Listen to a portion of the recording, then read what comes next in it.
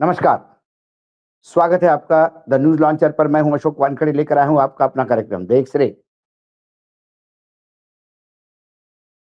जिन-जिन राज्यों में आने वाले 1 साल में चुनाव होने वाले हैं, उन राज्यों पे तो हमेशा नज़र रखनी चाहिए। ऐसा ही एक राज्य है पंजाब, जहां 14 महीने के बाद मतलब अगले स 1 साल बाद ही चुनाव होना है। अब मैंने एक हेडलाइन देखी न्यूज़पेपर की, और हेडलाइन ये कहती है कि पंजाब की राजनीति में भूचाल। कैप्टन अमरिंदर सिंह ने राहुल गांधी को लेकर किया सनसनीखेज खुलासा। तो मुझे लगा कि ये खबर राहुल गांधी के किस बारे में है। लेकिन खबर को मैं अंदर झाँका तो पता पड़ा कि वो राहुल गांधी के बारे में एक शब्द बोला, उनको उन्होंने हेडलाइन में लिया। लेकिन मेजर एक उन्होंने बात की, वो हेडलाइन खा गई। खबर में क्या है हम अंदर देखते हैं तो आपको भी पता चलेगा। फिर एक्स-रे से इसको देख ही रहे हैं, तो बहुत सारी चीज़ें सामने आ जाएगी। पंजाब की राजनीति में एक बार फिर पूर्व मुख्यमंत्री और भाजपा नेता कैप्टन अमरिंदर सिंह का नाम सुर्खियों में है। एक मीडिया इंटरव्यू में कैप्टन ने कांग्रेस के वरिष्ठ नेता राहुल गांधी पर गंभीर आरोप लगाते हुए 2018 का पुराना लेकिन अनसुना किस्सा साझा किया।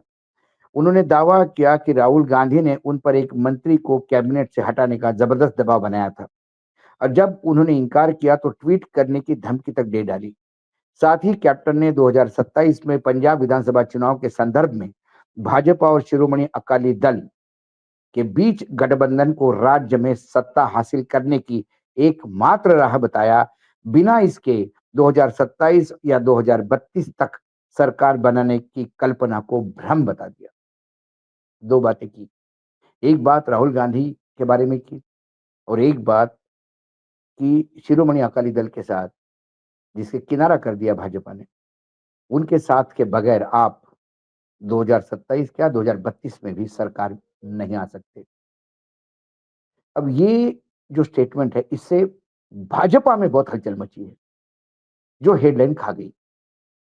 कैप्टन ने बताया कि ये घटना, पहले राहुल गांधी की घटना का जिक्र करते हैं कि 2018 का है।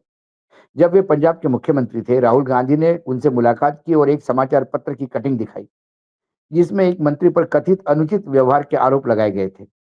कैप्टन के अनुसार वे आरोप बेबुनियाद थे और जांच चल रही थी, लेकिन राहुल ने तत्काल कार्रवाई का आदेश दिया। जब कैप्टन ने स्पष्ट किया कि बिना ठोस सबूत के ऐसा कदम राजनीतिक रूप से हानिकारक साबित होगा, तो राहुल ने कड़ा रुख अपनाया। उन्होंने कहा कि अगर आप कार्रवाई नहीं करेंगे तो मैं खुद ट्वीट करके घोषणा कर दूंगा कि मंत्री को बर्खास्त किया जा रहा है। कैप्टन ने इसे गलत संदेश भेजने वाला बताया, क्योंकि इस पार्टी के अंदर अनुशासनहीनता का आभास होता। अंततः कैप्टन ने मंत्री को बुलाया और हाईकमान की इच्छा से अवगत कराया, जिसके बाद मंत्री ने 5 मिनट में अपना इस्तीफा सौंप दिया।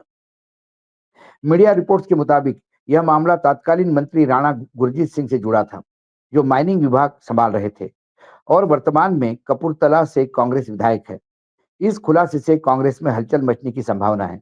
खासकर पंजाब की राजनीति पहले से ही जटिल है। उन्होंने राहुल के इस रवैये को अनुभवहीन करार देते हुए कहा कि इससे न केवल मंत्री का अपमान हुआ, बल्कि पार्टी की छवि को भी ठेस पहुंची। अब पहले यदि मैं इसको एक तरह से देखूं, तो क्या आडवाणी जी का नाम जब जैन हवाला में आया, तब आडवाणी जी ने इस्तीफा देकर कहा था कि जब तक मैं क्लीन चिट मुझे नहीं मिलती जैन हवाला कांड से, तब तक मैं किसी पद पे नहीं रहूंगा। तो क्या ये आडवाणी जी अपनी और भारतीय जनता पार्टी की छवि संभाल रहे थे, कि अनुभवहीन उनका स्टेटमेंट था या उनकी कृति थी? परंपरा क्या कहती है स्वच्छ राजनीति की? आप पे आरोप लगे, आप पद से हटिए। इंक्वायरी होगी, आप बेकसूर साबित होंगे, फिर पद पे आ सकते हैं और डंके की चोट पे आ सकते हैं। लेकिन आपके इस्तीफे से एक मैसेज जाता है समाज में, ये ईमानदार लोगों की पार्टी है। अब क्या हुआ, ये उस भाजपा में चले गए कैप्टन साहब, ये भी पॉलिटिकल टूरिस्ट है। अब भाजपा में जाने के बाद वर्तमान भाजपा में ये रंग लिए हैं, जिन्होंने लाल बहादुर शास्त्री का भी नहीं समझा कि एक रेलवे एक्सीडेंट जिसके लिए लाल बहादुर शास्त्री बिल्कुल जिम्मेदार नहीं थे,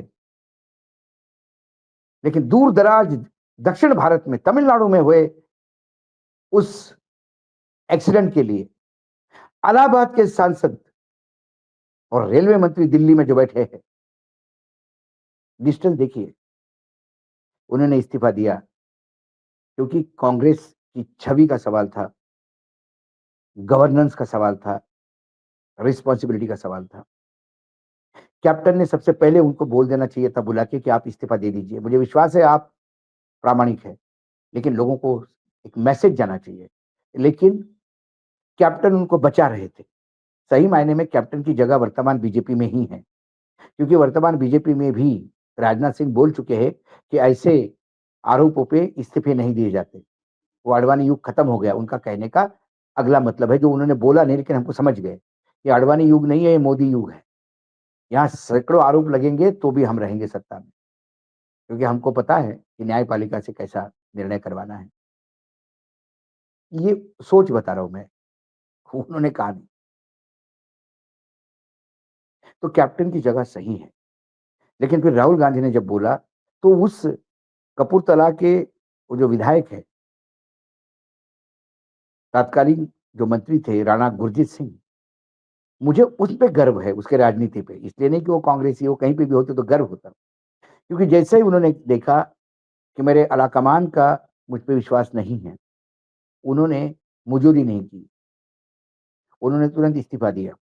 इस्तीफा देने के बाद वो पार्टी भी नहीं छोड़े, पार्टी में रहे। पार्टी ने फिर उनको टिकट दिया और उनकी छवि इतनी इम्प्रूव हो गई इस्तीफे से कि वो जीत आए। तो ये राहुल गांधी की मैच्योरिटी थी। ये राजा साहब का ईगो था, सामंती ईगो, कि आप कैसे बोल सकते हैं मेरे। दूसरी, राजा साहब का एक प्रॉब्लम और था। राजा साहब अपने आप को राजीव गांधी के मित्र मानते थे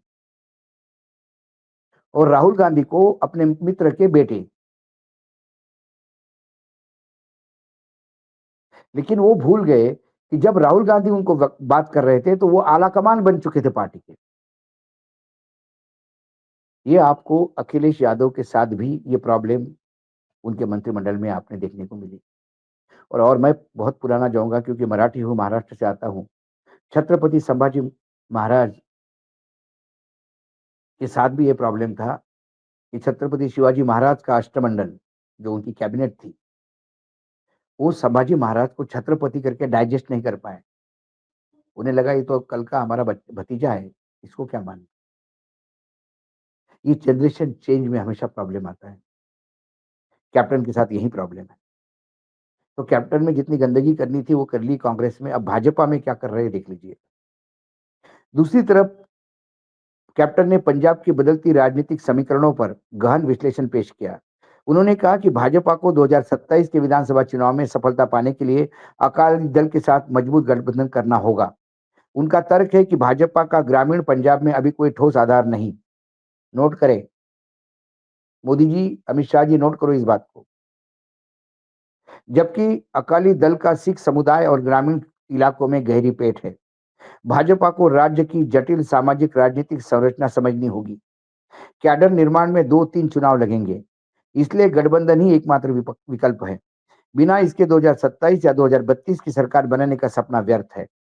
कैप्टन ने स्पष्ट शब्द में कहा और उन्होंने जोर देकर कहा कि वे खुद स्वस्थ और सक्रिय है तथा 2027 के चुनाव के लिए पूरी तरह तैयार है। पंजाब ने उन्हें जो कुछ दिया, उनके प्रति आभार व्यक्त करते हैं। उन्होंने कहा कि राज्य के हित में वे हमेशा प्रतिबद्ध रहेंगे। पंजाब ने उन्हें नहीं दिया, कांग्रेस पार्टी ने उन्हें दिया। यदि पंजाब इनसे इतना प्यार करता तो ये बीजेपी में थे तो पंजाब बीजेपी की सरकार बनवाते। लेकिन वहां पंजाब ने आम आदमी की सरकार बनवाई। लेकिन कैप्टन को हंसी तो जबरदस्ती कैप्टन जिसने दिया उसके आभार माने। कैप्टन के बयान का प्रमुख मीडिया चैनल का दिए गए इंटरव्यू में आए हैं जो पंजाब की राजनीति में नई बहस छेड़ सकते हैं। भाजपा और अकाली दल के बीच संबंधों को लेकर लंबे समय तक अनिश्चितता बनी हुई है, लेकिन कैप्टन का यह आश्वासन गठबंधन की दिशा में महत्वपूर्ण कदम साबित होता है। कांग्रेस के प्रवक्ता ने इस पे अभी तक कोई राय अपनी नहीं दी, लेकिन लेकिन जो बीजेपी में बवाल मचा है वो ये है कि अमरिंदर सिंह के इस दावे पे बीजेपी दो फाड़ हो गई। पूर्व सीएम के इस बयान यानी अमरिंदर सिंह के इस बयान पे अश्विनी शर्मा बोले, ये उनकी निजी राय हो सकती है, पार्टी की नहीं।